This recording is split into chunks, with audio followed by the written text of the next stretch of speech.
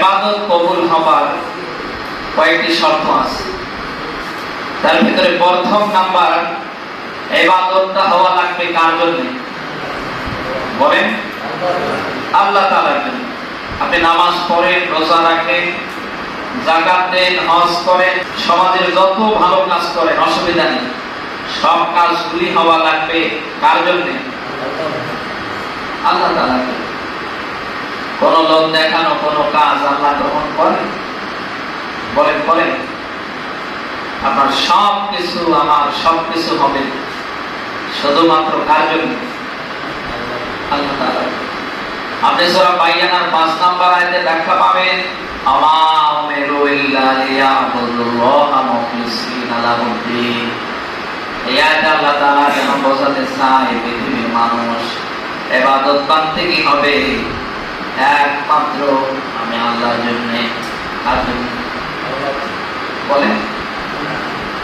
আপনি সূরা 6 নম্বর সূরার 8 নম্বর পারা 9 নম্বর পৃষ্ঠার 162 নম্বর আয়াতে পাবেন, আল্লাহ পাক যেন তার রাসূলকে দেখে দেখে কথাগুলি বলছেন।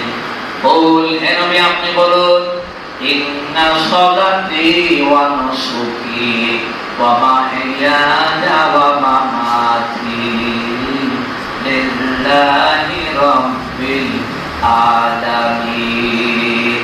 বলেন আল্লাহু আকবার। আল্লাহ পাক বলেন, হে নবী আপনি বলুন, নিশ্চয় নামাজ, কুরবানি, জীবন, মরণ সবগুলি হবে কার জন্য? বলেন। আমরা দুনিয়ায় যাই করি সব হবে কার জন্য?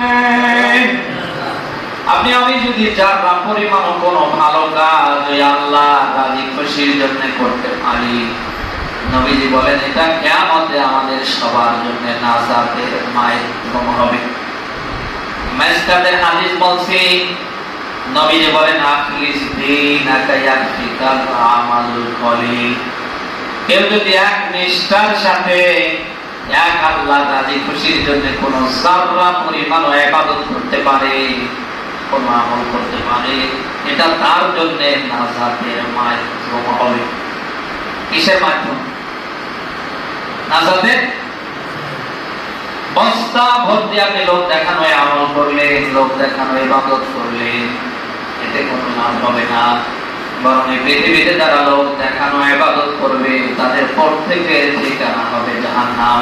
কোথায়? বলেন। তাই আমাদের কঠিন মুসিবতের দিন যেদিন কায়েম হবে, ওই দিন আল্লাহ তাআলা জাহান্নাম উদ্বোধন করবে এরকম 3 শ্রেণীর মানুষ দিয়ে। কয় শ্রেণী? আপনারা আছেন তো? জাহান্নাম উদ্বোধন হবে কয় শ্রেণীর মানুষ দিয়ে? 3 শ্রেণীর মানুষ দিয়ে। তার ভেতরে প্রথম নাম্বারে আসবে এই পৃথিবীতে যারা লোক দেখানো ইবাদত করবে, আমল করবে।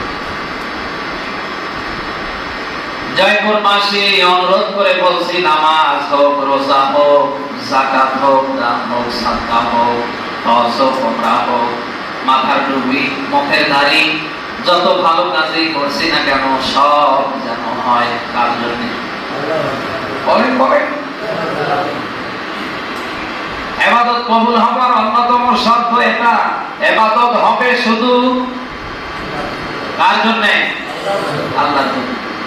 আমরা আল্লাহ দেখি তার কারোর জন্য লোক দেখানো, লৌকিকতা নিয়ে কোন আমল করব, রাজি আছি তো? 2 নম্বরে ইবাদত কবুল হবার অন্যতম মাধ্যম হচ্ছে ইবাদতটা হওয়া লাগবে রাসূলের পদ্ধতিতে। আপনি মন করে ইবাদত করলে এটা আল্লাহ গ্রহণ করবে না, এটা করা লাগবে রাসূলের পদ্ধতি অনুযায়ী। কার পদ্ধতি? তিনি যেভাবে নামাজ আদায় করেছেন আপনাকে ওভাবে নামাজ আদায় করা লাগবে। তিনি যেভাবে রোজা রেখেছেন আপনাকে রোজা ওইভাবে রাখা লাগবে। তিনি যেভাবে যাকাত দিয়েছেন আপনাকে ওইভাবে যাকাত দেওয়া লাগবে। তিনি যেভাবে হজে গিয়েছেন, হজ করেছেন, আপনাকে ওইভাবে হজ করা লাগবে। তিনি যেভাবে দাড়ি রেখেছেন আপনার দাড়িটা ওই রকম হওয়া লাগবে। বলেন। এক কথায় তিনি যেভাবে ইবাদত বান্দেগি করেছেন, তিনি যেভাবে আমলগুলি করেছেন আপনাকে হুবহু ওইভাবেই করা লাগবে।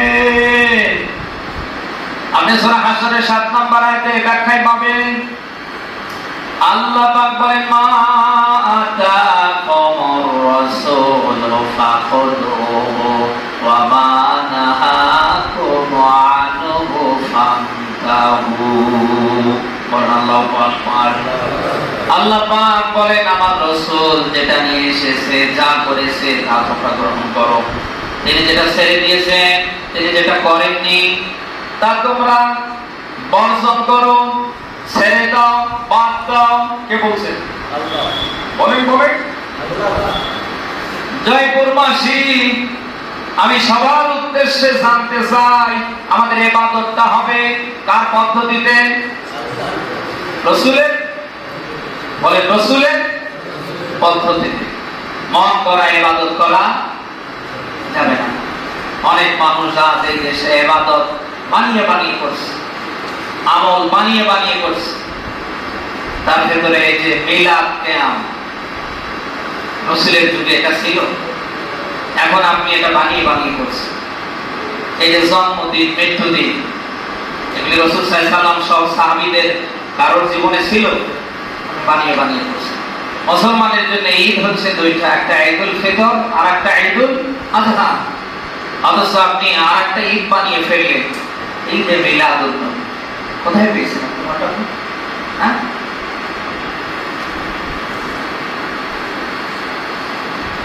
এই যে বানিয়ে বানিয়ে আপনি আমল করছেন, বানিয়ে বানিয়ে ইবাদত করছেন, এর নাম বিদআত।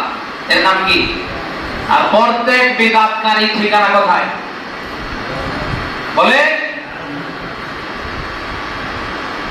অতএব আমাদের ইবাদত, আমাদের বান্দেগী, আমাদের গোলামি সব হবে রাসূলের পদ্ধতিতে। কার পদ্ধতিতে?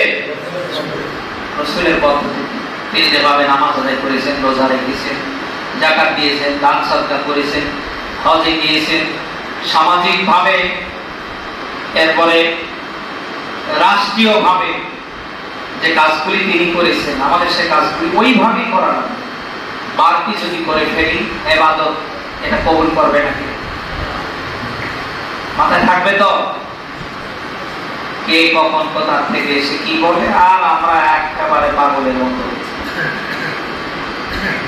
আপনার পীর সাহেব, আপনার বাবা, আপনার মুরব্বীরা কি করেছে, এর নাম কি ইসলাম? এর নাম কি ইসলাম? রাসূল সাল্লাল্লাহু আলাইহি ওয়াসাল্লাম কি করেছেন, সাহাবীদেরকে কি করার ব্যাপারে তাগিদ দিয়েছেন, এর নাম কি? এর নাম কি? আপনার বাবা কি করেছে, আপনার দাদা কি করেছে, আপনি ওই ধরে এখনো করতেছেন, এর নাম ইসলাম না। রাসূল সাল্লাল্লাহু আলাইহি ওয়াসাল্লাম কি করেছেন, সাহাবায়ে কেরাম কি করেছেন, এর নাম। আমরা যেন ইবাদত বান্দেগী গুলো রাসূলের দেখানো পদ্ধতিতে করতে পারি। আর বলতো ইনশাআল্লাহ। 3 নম্বরে ইবাদত কবুল হওয়ার অন্যতম মাধ্যম হচ্ছে হালাল খাওয়া। কি খাওয়া? আপনি হারাম খাবেন আর মসজিদে এসে সামনের কাতারে নামাজ আদায় করবেন, আপনার নামাজ নেবে? হ্যাঁ, বাংলাদেশে অনেক মানুষকে আমরা দেখতে পাই মাথার টুপি, মুখের দাড়ি, পোশাক আশাক থেকে মনে হয় জান্নাত থেকে পালিয়ে এসেছে। সব সময় সামনের কাতারে, ডানে বামে, এমনকি ইমামের পেছনে বসে থাকে। অথচ লোকটার পায়ের জুতো থেকে একেবারে মাথার টুপিটা পর্যন্ত হারামে ভরা।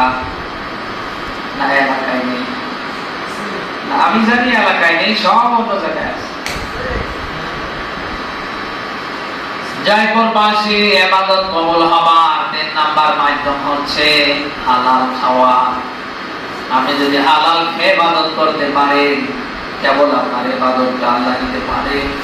আর হারাম খেয়ে যদি ইবাদত করেন, ওটা আল্লাহ নেবে না। সেটা ইশরাক হোক, আওয়াবিন হোক, তাহাজ্জুদ হোক, যত ভালো আমলই করেন না কেন, যত ভালো কাজই আপনি করেন না কেন, এটা যত বড় শক্তিশালী ইবাদতে হয় না কেন, এটা নেবে না কে? বলেন বলেন। বাইহাকির একটা হাদিস বলছে, আল্লাহর নবী বলেন, লা ইয়াদখুলুল জান্নাহ গাদিয়া বিল হারাম। হারাম ভক্ষণকারী কোনদিন জান্নাতে যেতে পারবে না। কে বলছে? হারাম খেয়ে শরীরে যে ব্লাড তৈরি হয়, এই যে মাংস, এটা কি কোনদিন আদৌ জান্নাতে যাবে? হ্যাঁ, অথচ এই দেশে 180 মাইল বেগে অনেক মানুষ হারাম খাচ্ছে, আর সামনের কাতারে এসে নামাজ আদায়। নামাজ হয়তো নাকি হারাম ছেড়ে দেয়া লাগবে কি আমরা পারবো তো? আপনি সূরা বাকারার 2 নাম্বার সূরার 2 নাম্বার পারার 4 নাম্বার পৃষ্ঠার 168 নাম্বার আয়াতে ব্যাখ্যা পাবেন। আল্লাহ পাক বলেন, ইয়া আইয়ুহান নাস কুলু মিম্মা ফিল আরদি হালালান তাইয়্যিবা। বলেন আল্লাহু আকবার। আল্লাহ পাক বলেন, হে মানুষ সকল, আমার জমিনে যেটা পূত পবিত্র, যেটা হালাল, এটা খাও। কে বলছে? হালাল খাবারের প্রতি নির্দেশ দিচ্ছেন কে? বলেন। আপনি সূরা বাকারার 172 নম্বর আয়াতে এই কথাই পাবেন। আল্লাহ তাআলা যেন ঈমানদারদেরকে এই আয়াতে ডাক দিয়ে বলছেন, ও ঈমানের দাবি করো যারা, আমি আল্লাহ তোমাদের বলছি তোমরা হালাল খাও। এরপরে ওয়াশকুরু লিল্লাহি কুনতুম ইয়্যাহু তা'বুদুন। আল্লাহু আকবার। আল্লাহ পাক যেন ঈমানদারদেরকে ডাক দিয়ে কথা বলছেন, হালাল খাও, এরপরে আমি আল্লাহর শুকর করো, এরপরে আমার ইবাদত করো। অথচ 180 মাইল থেকে আপনি হারাম খাচ্ছেন। আল্লাহর ফাইনালি রায়, ওহে মানুষ সকল, ঈমানদার যারা, তোমরা হালাল খাও, এরপরে আমি আল্লাহর শুকর করো, এরপরে আমার ইবাদত করো, আমার দাসত্ব করো, আমার গোলামি করো। ইন কুনতুম ইয়্যাহু তা'বুদুন, যদি তোমরা আমার বান্দা হয়ে থাকো। কি বুঝলেন আপনি বলেন? আজ এই বাংলাদেশে 100-র ভেতরে 98 জন মানুষের কোন ইবাদত আল্লাহ নিচ্ছে না, কারণ হারাম খায়। কি খায়? নেই এরকম মানুষ এই দেশে নেই? বাড়ি গাড়ি সব হারামের টাকায়। নিজের বাবার কিছুই ছিল না, এখন রাত আর রাত্রি একেবারে আঙ্গুল ফুলে কলা আছে, অত সব জিব্রাইল ফেরেশতাকে রাত দিয়ে নামাই দিয়ে না, দেয়নি?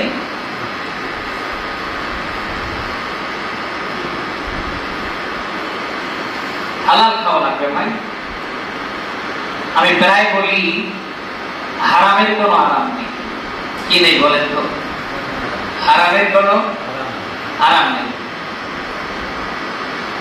আপনি অবৈধ ভাবে, হারাম ভাবে বিশাল সম্পদের মালিক হলে এটা থাকবে না।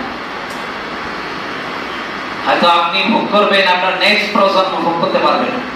এটাই ফাইনাল। করে লাভ কি? যাদের জন্য করছে অবৈধভাবে সম্পদের পাহাড়, তারাই যদি ভোগ করতে না পারে, আপনার করে লাভটা বলেন? এই জন্য মা বোনরা যারা এসেছেন, আপনাদের অ্যাক্টিভ হওয়া লাগবে। স্বামী চাকরি করুক, ব্যবসা করুক, মানুষের বাড়িতে খেটে খান, যে কাজেই করুক, অন্তত আপনাদেরকে সতর্ক থাকা লাগবে। সে মানুষের বাড়িতে কাজ করলে কত টাকা পায়? 500।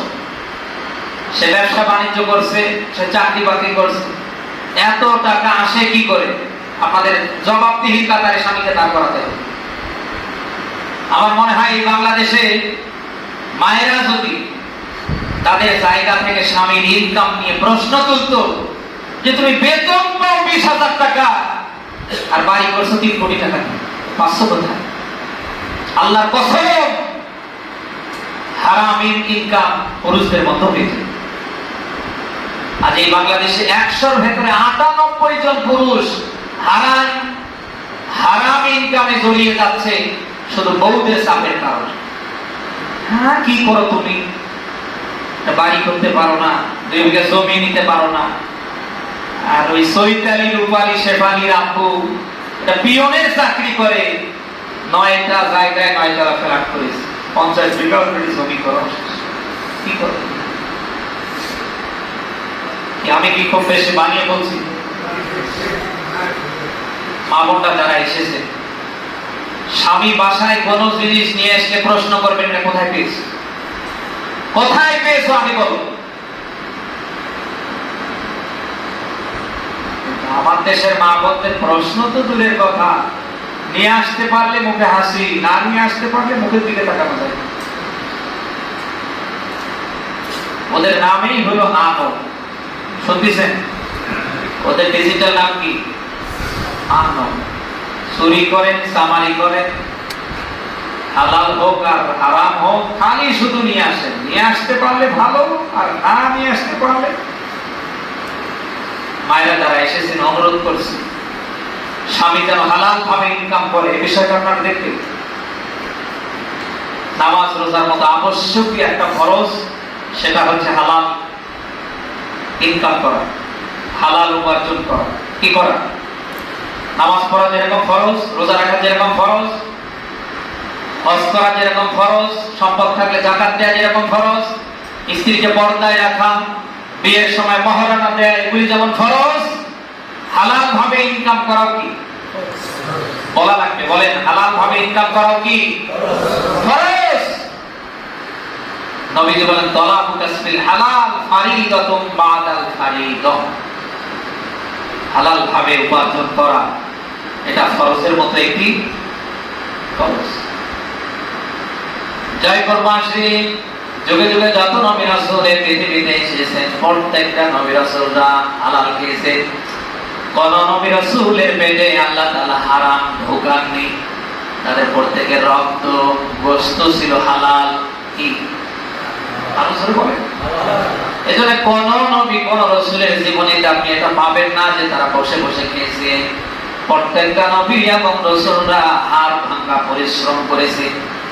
আদম আলাইহিস সালামের দিকে তাকান, আদম আলাইহিস সালামও বসে খায়নি, তিনি চাষাবাদ করেছেন, ক্ষেত খামারে কাজ করেছেন, ফসল ফলিয়েছেন। হযরত নূহ আলাইহিস সালামের দিকে তাকান, তিনি একজন ছিলেন কাঠ মিস্ত্রি, কাঠের কাজ করে জীবন চালিয়েছেন। হযরত ইদ্রিস আলাইহিস সালামের দিকে তাকান, তিনি ছিলেন একজন দর্জি। কি বলেন? হযরত ইব্রাহিম আলাইহিস সালাম, ইসমাঈল আলাইহিস সালামের দিকে তাকান, তারা বাপ বেটা ছিলেন রাজমিস্ত্রি। রাজমিস্ত্রি ছিলেন তো। আমাদের নবী বিশ্ব নবী মুহাম্মদ রাসূলুল্লাহ বসে খায়নি, তিনিও পরিশ্রম করেছেন। ইতিহাস কার না জানা আছে? কোন নবী কোন রাসূল বসে খায়নি, সবাই খেটে খেটে খেয়েছেন। এজন্য খেটে খেটে খাওয়া সব নবীদের রাসূলদের সুন্নাহ। নবীজি বলেন, আল কাসিবু হাবিবুল্লাহ, যারা খেটে খায় ওরা আল্লাহর বন্ধু। কার বন্ধু? আমরা তো মনে করি যে খানকায় বসে হুকুর হাক্কার করে সেই মনে হয় আল্লাহর বন্ধু। কে বলেছে আপনারে? যারা খেটে খায়, শরীর থেকে যারা ঘাম ছড়ায়, এরা আল্লাহর বন্ধু। এরা কি? আর যারা বসে বসে খায় আর হুকুর হাক্কার করে, এরা হলো শয়তানের বন্ধু। কার বন্ধু? আরো জোরে বলে। আল্লাহর বন্ধু যারা হবে, তারা কখনো বসে বসে খাবে না, তারা পরিশ্রম করবে। তাদের পেটগুলি কখনো বুকের উপরে উঠবে না। আর শয়তানের বন্ধু যারা হবে, ওরা বসে খাবে, ওদের পেটগুলি গর্ভবতী মহিলার মতো হবে। দেখলেই বোঝা যাবে এটা শয়তানের বন্ধু। কিসের বন্ধু? আপনি সূরা মুমিনুন 23 নম্বর সূরার 18 নম্বর পারার 51 নম্বর আয়াতে পাবেন। আল্লাহ যেন তার রাসূলদেরকে নির্দেশ দিচ্ছে, ইয়া আইয়ুহার রাসূল কুলু মিনাত তাইয়্যিবাত ওয়া আমালু সলিহাত। বলেন আল্লাহু আকবার। আয়াতের দিকে খেয়াল করেন। আল্লাহ পাক বলেন, হে রাসূলরা, হে আমার রাসূলগণ, আমার জমিনে যেটা হালাল, যেটা পবিত্র, সেটা তোমরা খাও। ওয়া আমালু সলিহাত, আর তোমরা নেক কাজ করো। কোন নবী রাসূল হারাম খায়নি, তাদেরকে হারাম থেকে বিরত রেখেছিলেন। হালাল খাবারের প্রতি তাগিদ দিয়েছিলেন কে? নবী রাসূলুল্লাহ দুইটা কাজ করেছিলেন। একটা হলো তারা হালাল খেয়েছিলেন, আর একটা হলো তারা নেক কাজ করেছিলেন। আমরা কি হালাল খেতে চাই না? নেক কাজ করতে চাই না ভাই?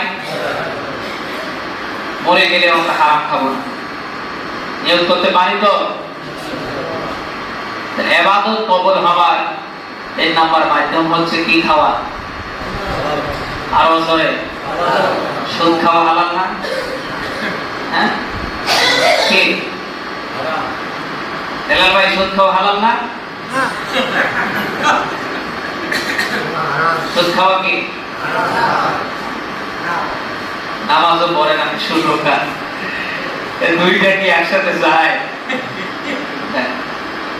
কত মানুষ আছে কোনো কাজ কাম নেই, সন্ধ্যাবেলায় দেখবেন ভাগলপুরে অথবা এই জায়গায় এ মোড়ে ওখানে টাকা কালেকশন। কিরে ভাই,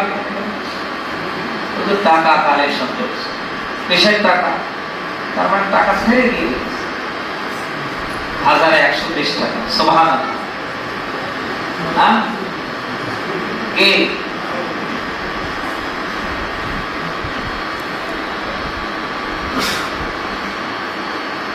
মনে হয় মসজিদের সভাপতি, মনে হয় সমাজের মাথা। এরকম সুদখোর, এরকম 2 নাম্বার মানুষ মসজিদের সভাপতিতে আছে না? আমার তো মাথায় কাজ করে না।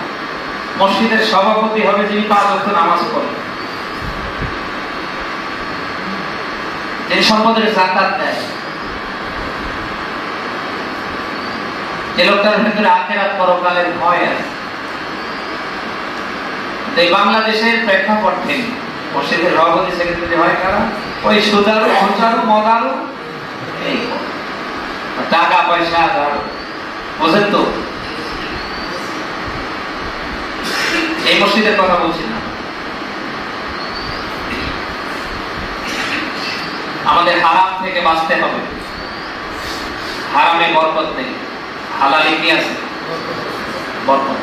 10 টাকা ইনকাম করে, হালাল ভাবে করে, এটা নিজে খান, স্ত্রীকে খাওয়ান, সন্তানকে খাওয়ান, এটা আপনার জীবনের সবচেয়ে বড় সফলতা। আর ওই হারাম ভাবে কোটি কোটি টাকা ইনকাম করে লাভ কি? ছেলে হয়েছে নেশাখোর, বাবা করে নেই, এরকম রহ রহ দেখতে পাচ্ছি। আমাদের পায়ে পড়ে খুব বিপদে আছে, 3টা ছেলে 3টাই নেশাখোর, বাবা করে, বাবা তারা কিচ্ছু বলে। ওরা মাসে আলটিমেটাম দেয়, আমাকে এত দিতে হবে, আমাকে এত দিতে হবে, আমাকে এত দিতে হবে, নাহলে ওরা আমাকে শেষ করে ফেলবে।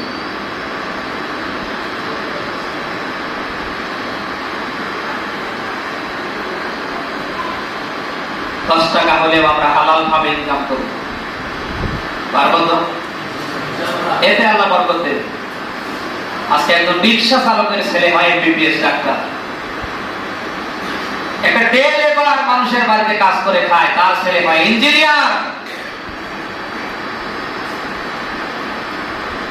কোটি কোটি টাকার মালিক, সম্পদের উপর শুয়ে থেকে সন্তান জন্ম দিয়ে মেট্রিকটা পর্যন্ত পাস করতে পারছে না। দুধ কলা খেয়ে মানুষ করে সে সন্তান মেট্রিক পরীক্ষা দেওয়ার আগেই বাবার সাথে নেশার সাথে জড়িত। সুবহানাল্লাহ না? আবার এই ছোট্ট বয়সে চোখ দিয়ে দেখা সুযোগ পেয়েছে। ওই টাকা পয়সার কি দাম আছে ভাই? অবৈধভাবে কোটি কোটি টাকা ইনকাম করেছে, মানুষের থেকে হাতিয়ে দিয়েছে। খোঁজ নিয়ে দেখেন বউ নেই। কি ভাই, হুজুর বউ চলে গেছে। ও চলে গেছে, আর একটা করেন না, কেউ তো বউ দেয় না। এরকম নেই, নেই বাংলাদেশে নেই, মানে ভরি ভরি। তারপর ওই টাকা পয়সা থেকে লাভ। আমরা হালাল খাবো, কি খাবো? ইবাদত কবুল হবার 3 নাম্বার মাধ্যম কি জানো? সবাইকে বলা লাগবে কি? হালাল খাওয়া। কি খাওয়া? আমরা এই 3টা উপায় মেইনটেইন করে যদি ইবাদত করতে পারি, শতভাগ আমাদের ইবাদত আল্লাহর দরবারে পৌঁছে যাবে ইনশাআল্লাহ। আমাকে সহ সকলকে যেন অন্তত এই তিনটা শর্ত মেনটেন করে আল্লাহ তাআলার ইবাদত বান্দেগিগুলি করার আল্লাহ যেন তৌফিক দান করেন। সবার সুস্বাস্থ্য দীর্ঘায়ু কামনা করে আর সামনে কথা না বাড়িয়ে শেষ করছি।